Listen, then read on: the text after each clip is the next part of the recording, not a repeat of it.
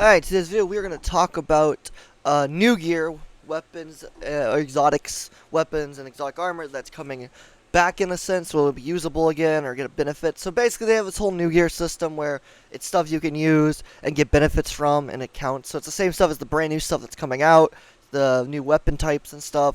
They all will get this new gear effect where basically they have extra bonuses and stuff. You stack them with whatever's available, right? So it basically, if you take any of the new legendary weapons to come out that have a tier system, you put them on a tier 5, I think it is what you get the extra bonus, the most out of the bonus. And you get like extra damage, extra effects and stuff. It's just basic stuff. It's nothing super fancy, but it is pretty cool that they're allowing some of the older exotics to get this effect too, since obviously you're going to more than likely be running an exotic. Most of the time you do, very few times you don't, at least for PvE. So this is a good system. But most of them are kind of meh, in my opinion. They're not horrible, they're just kind of meh. So we're going to go over the weapons. The exotics can be either great or trash, depending on the builds, also depending on what they decide to do, because they haven't released all the info they're changing for exotics. So there could be a few extra ones in here that are really good, so we're not going to go over them. We're going to go over the weapons, though, since they're more than likely not changing by any means, other than slight adjustments to maybe the perk name or something. Sometimes they do that, but overall, usually never change the old exotics, other than to increase their damage or their effect or something. So, more than likely still going to be basically the same. So, we're going to go over the weapons. Again, these are exotic weapons you can use that will count as new gear, so you get that extra damage bonus or effect bonus, whatever they want to call it. So, yeah. So, Dead Man's Tale, pointless in PvE, in my opinion. Yes, there is technically a play for it, but with so many ad-clearing weapons for legendaries and exotics, it's just really pointless to have a Dead Man's Tale, in my opinion. It is more of a PvP thing. They were talking about there was going to be a new gear only PvP mode, which I assume will use exotics will be included in that as well, and Dead Man's Tale is a good PvP exotic, so that could work really well, since it'll be counted as a new gear, again, even though it's old. Wicked Implement is a kind of a sleeper weapon for PvE. It has a few spaces where it just absolutely can dominate for PvE. PvP, it technically can be useful. I ran into a few people that can use it, but overall, it just doesn't feel good enough to use in PvP, in my opinion. But in PvE, there is actually some meta design of it, especially next season with the Stasis/Solar Artifact mod. Wicked Implement, without a doubt, could definitely dominate the field. Potentially. So, definitely something to keep an eye on. It definitely could be broken. Outbreak Perfected, well, I don't even think I have to defend this one. If you know, you know. If you don't, let's just say Outbreak in PvP and PvE is so fucking broken. There's just no universe where it's not one of the most broken primaries in the game. This thing's a monster. Barrow Diet, personally, I think this gun sucks. I know it can be good in PvE with the right build, and in PvP as well, but personally, I just don't like this. If you go off the build videos and stuff, and you still use it with the build videos, then yeah, logically speaking, it will dominate. For damage, /ad clear, or straight up for just killing people in PvP. But personally, I just don't like it. It feels like shit. It does not feel good by any means. That's just my personal opinion, but there's builds for it, so I'd say, you know, it's okay. Lumina is so good, yet so shit. And you might be wondering what I mean by that. Well, it feels amazing. It's one of the best feeling hand cannons in the game, in my opinion, for anything. It just feels amazing. Its perk heals you as well as gives you a damage buff, which is just cracked. If you use this in PvP, you control the fuck out of people, especially in 3s. I love doing it in 3s. Or if you're in a 2v2 or something, it's so much fun. Just in general, you get one kill, you get the little things, you pick him up, you shoot your teammate when he's about to die, he heals, the enemy team's like, what the fuck? Because that last shot he gets increased damage on when he shoots them, but then he also heals a whole chunk of health so he doesn't die. It's hilarious of a troll. It's fun. But it kind of sucks because its range is absolute dog shit. And in PvE, it has a place. There are people that use it in PvE. I've used it in PvE for different stuff. There's builds for it. But it's just really hard to use when a lot of stuff is about either really close or really far, and there's not much middle ground for PvE anymore, and that's about as far as Lumina can go, is middle ground. Like the lower tier of middle ground too, not the higher tier or the middle tier of middle ground, which really sucks. They need to increase its range quite a bit. Once you get the perk active and going, you know, it's okay. The range is decently increased, but even then it's still lower than most hand cannons. And because you have a lot of hand cannons that do ad clear like crazy, you would kind of be throwing if you're using this, unless they actually give it some range buff. Because why have something simple when you can have something better that has more range and better ad potential. Whereas this can technically increase your ad and damage if you share it through everyone. So this thing has a purpose. It is good. If they could just buff its range, literally just by 10 points, it will make it usable in everything. But Bungie just will not. They just, I don't know why. They buffed Thorn. They literally said they never wanted to buff Thorn because they didn't want it to be too potent. And they went and buffed it to shit. And I don't mean shit like it's in bed. I mean, holy cow, it's broken. And then Lumina didn't get anything for buff. And I guess they feel like it's bigger threat than Thorn, even though Thorn can 2-tap and Lumina can't still 3-tap no matter what. Unless you add an extra damage bonus on top of it, I think. But it doesn't stack with certain damage bonuses, I think. It's been a while since I've done Lumina. Testing and stuff, figuring out how it all works. I know it's something great to use just for that little extra damage. I would recommend if you have Illumina, use this for like going through the campaign. Get that little extra damage if you're going with people. It would help you out. It is a team weapon. I really wish they would make it where you could self-proc heal yourself. So if you like shot the ground, it would heal you. That's something I wish they would change as well. But that's a different thing. Wishkeeper has a place.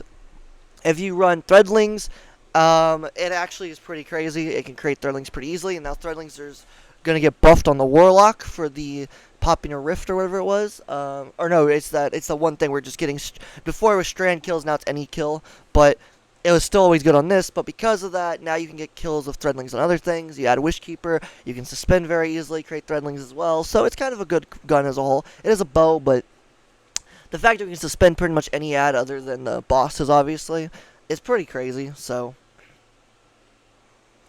kind of worth using, especially if you're a solo player. It definitely can keep you alive, in theory. So, New Land Beyond. Personally, I think this thing is hot doo-doo. I know it is good in PvE. I know it is, without a doubt. It's just, it takes up an exotic slot, and I hate that. Because there are so many good weapons that are legendary that go in that slot for ad clearing or damage, especially the new pulse rifle, rocket assisted pulse rifle. That thing's going to be crazy for ad clear and damage. So, it kind of sucks to put New Land in that place. Because most of the time, your heavy is what does the most damage, and your specials are just doing extra.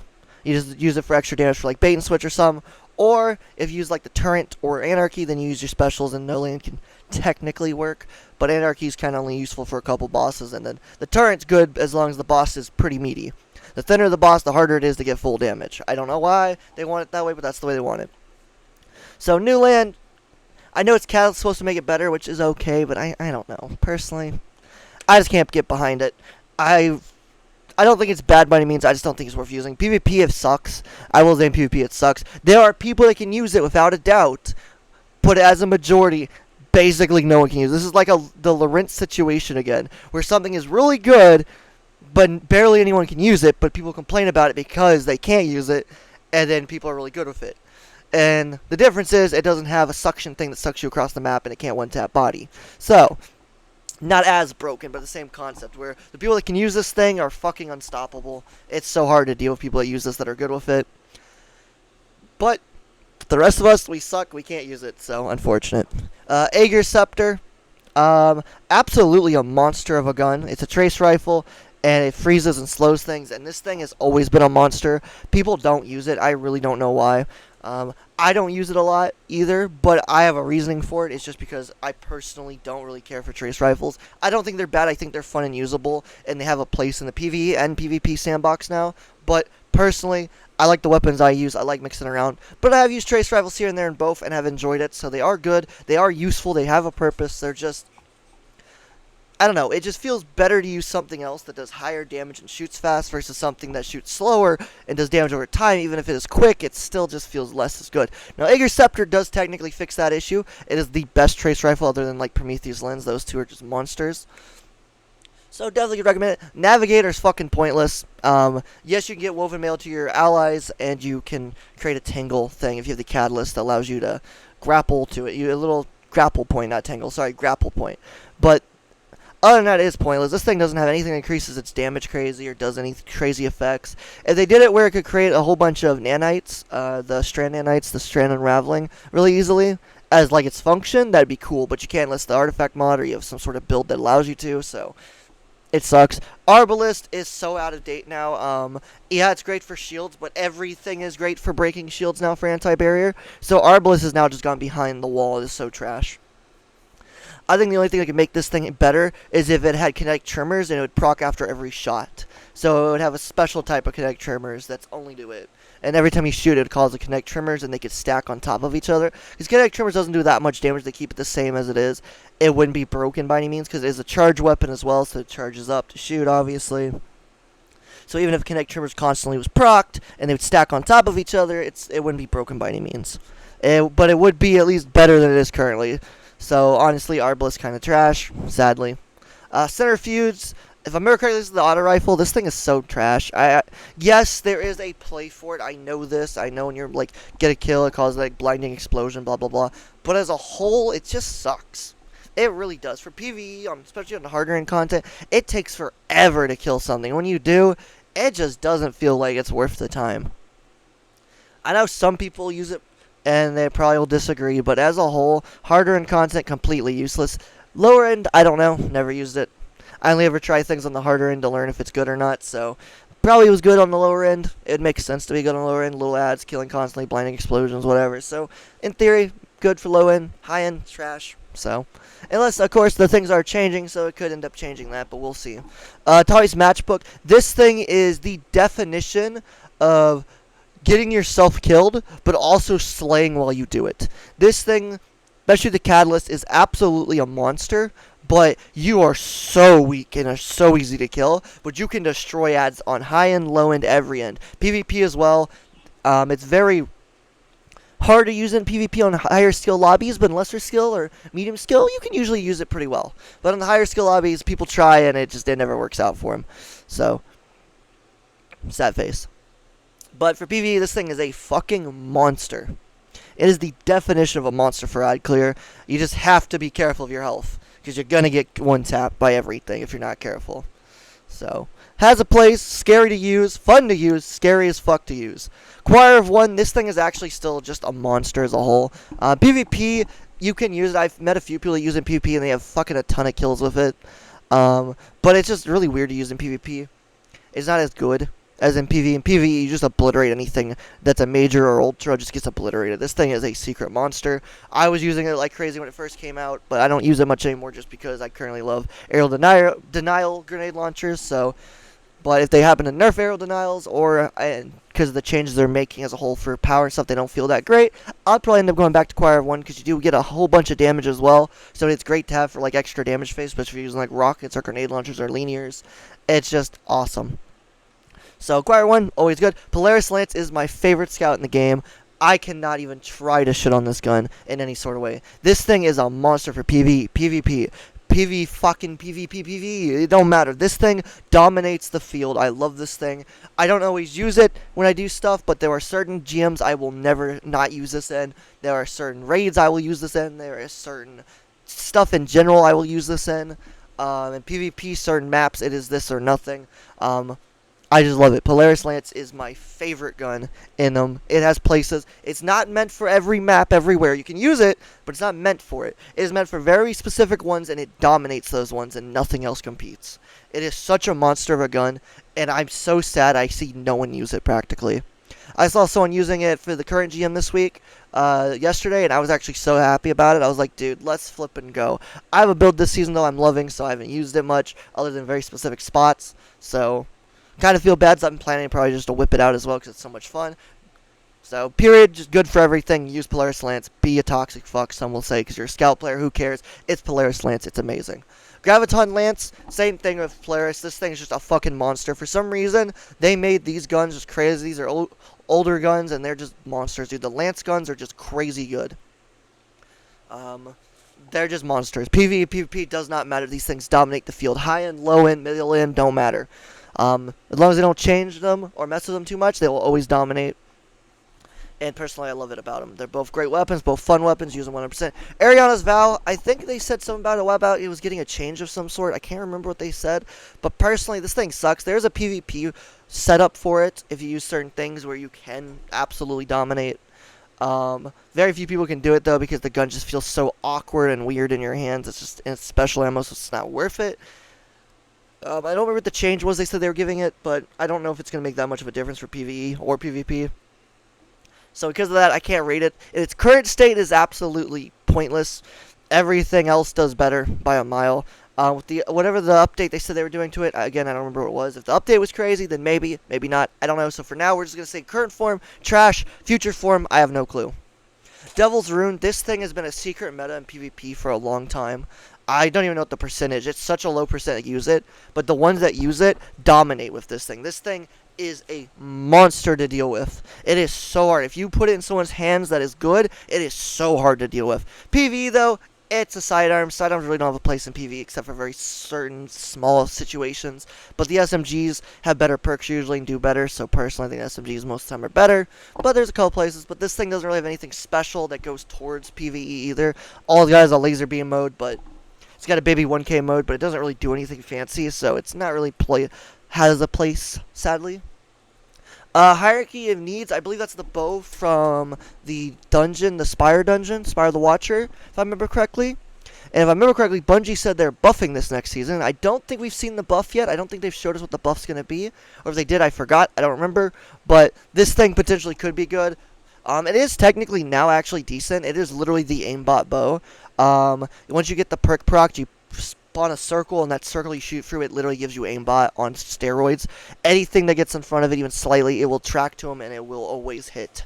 And I've seen it do some crazy things in PvP. It is very rare to see in PvP, but once in a while you see it, and it does some special things. It's like the aimbot throwing knives with the Embrace, or Ambrose Embrace, whatever they're called, for the knife gauntlets. It's like that, so it can be, well, not as powerful sometimes, but basically the same concept. So this thing has a place. PvE, it has a place as well. It's just really rarely used because, again, it's not as good as it could be. But the buff could be making it crazy. I don't know. Current, I'd say it's, okay. Future, no clue. Slayer's Fang is one of my favorite slugs in the game by a mile. Like, legendary and exotic. This one takes number 2. The only one that takes number 1 is Chaperone. It is Chaperone, Slayer's Fang, and then Inquisitor right now. Those are my 3 favorite slugs. One's a legendary and 2 are exotics.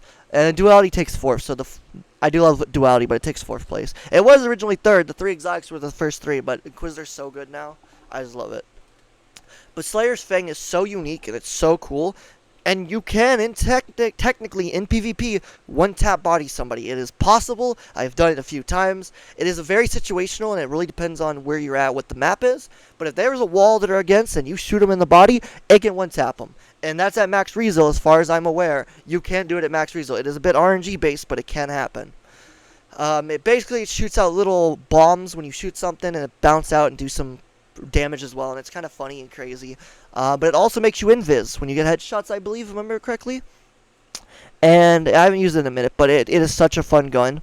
PvP, PvE, you can slay out, do insane damage. It does a lot of damage. It really does. It does some crazy damage. It does some crazy ad clear. It does some crazy damage. It does some crazy PvP plays. As a whole, Slayer's Fang is such an underloved exotic, and it's such a good exotic. I love it. Bungie, thank you for making this exotic exist. It's still such a fun one. Alright, we've got Lodestar's the next one. This thing is hot doo-doo and everything as far as I care. There's a few people that can still use it in PvP. There's a few people that like it in PvE. That is your choice. You do you. But I made a video on this a while back. As a whole, this is not an exotic. This thing is literally just a slightly better legendary weapon. Whereas most exotics are a lot better, or if they're basically the same, they have something on them that makes them a lot better. Whereas this thing is literally just an exotic that is exactly like a legendary, but it has one extra perk, and that one extra perk is not worth it. Because the better version would be the legendary version of it. Literally. It might be primary ammo and infinite. Because it's primary, it's still not worth it in my opinion. I made a video on that a while back. Go check it out. I don't remember what it was called, other than Lodestar. I think it's Destiny 2 Lodestar needs a buff or something like that. I explained what its problem is and all, but it sucks. I will never recommend anyone to use this unless Bungie actually buffs it. If they give it one of the buffs I said, just one of the buffs, it will be way the fuck better than it is currently.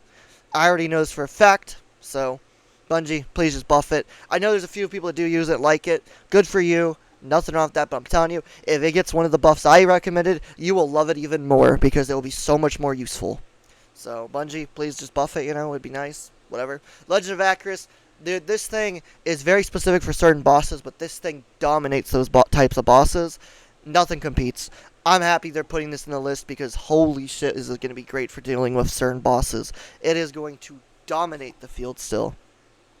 I don't think it's getting any buffs or anything. I don't think they say anything, so it's still just gonna be the same it is now. But it's such a monster of a weapon, it doesn't matter. It's gonna dominate. Period. PvP, don't use it.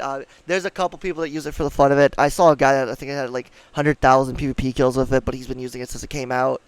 And dude's crazy for one, but two, he can technically get away with that just because it's a heavy shotgun, you can get kills with it. It's just a bit painful to get kills with it. That's all. So, not really worth in PvP. There's better heavies, but it is a fun heavy to use, and it can control just like tractor cannon control. So definitely could be worth it.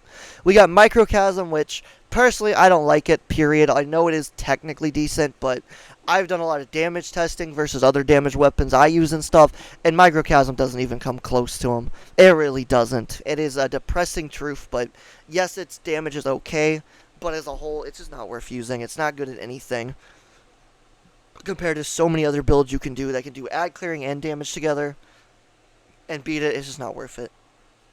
I know there's going to be a lot of Microchasm haters out there, but the best example is we used testing against, what's its name? The Witness final boss in the raid.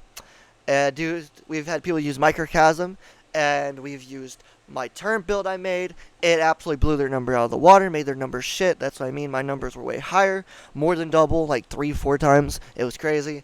And we've used Queensbreaker. These are all without I don't usually use the destabilizing, or not destabilizing, whatever it's called, the deconstruct or whatever mod it's called from the artifact. We were testing without that when we did these tests. And Queensbreaker, my turret build, flippin' rockets, snipers, all did more than it if they were used at the truest power possible. Whereas Microchasm has nothing that buffs it. Now, they made Microchasm increase the damage of other trace rifles as well.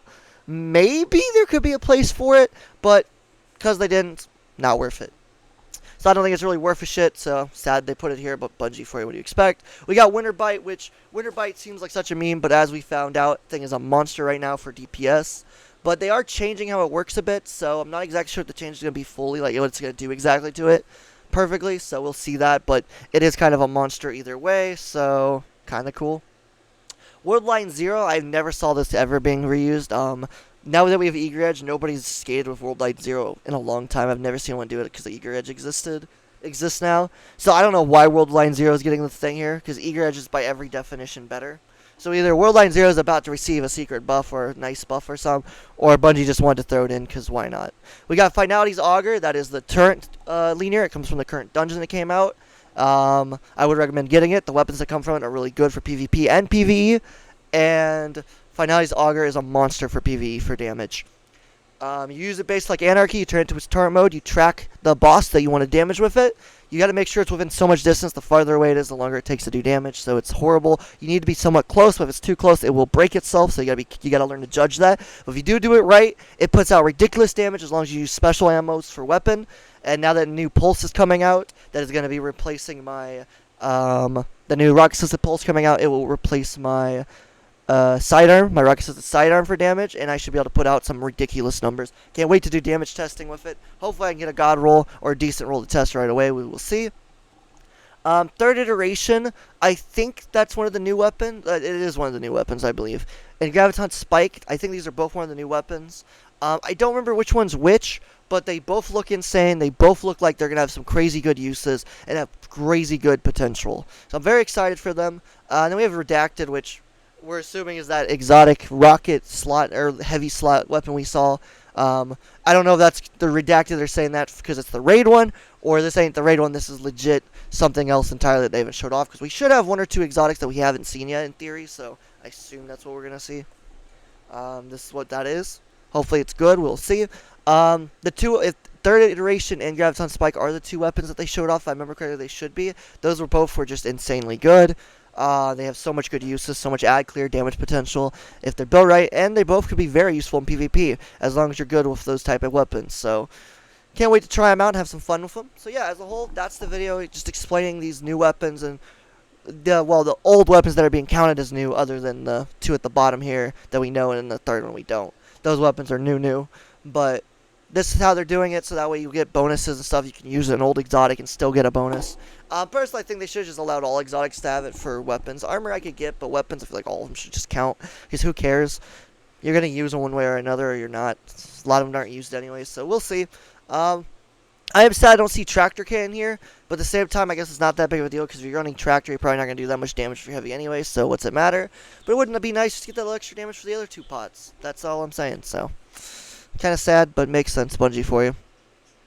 They also said this would not count towards day 1 raid, if I remember correctly, so you should be able to use whatever you want day 1 raid. I don't think they said it'd have to be new weapon stuff, so that's cool. But yeah, these are all old weapons other than the bottom 3. They're just counting them as new weapons, so you get the bonuses and stuff that the new system gets, which is cool. So, Bungie, thank you for that. It's really nice. As a whole, these are the ratings of the weapons. I explained what they're good for, what they're not good for. So yeah, if you enjoyed the video, like, subscribe, let me know what you think. Thanks for watching. Adios.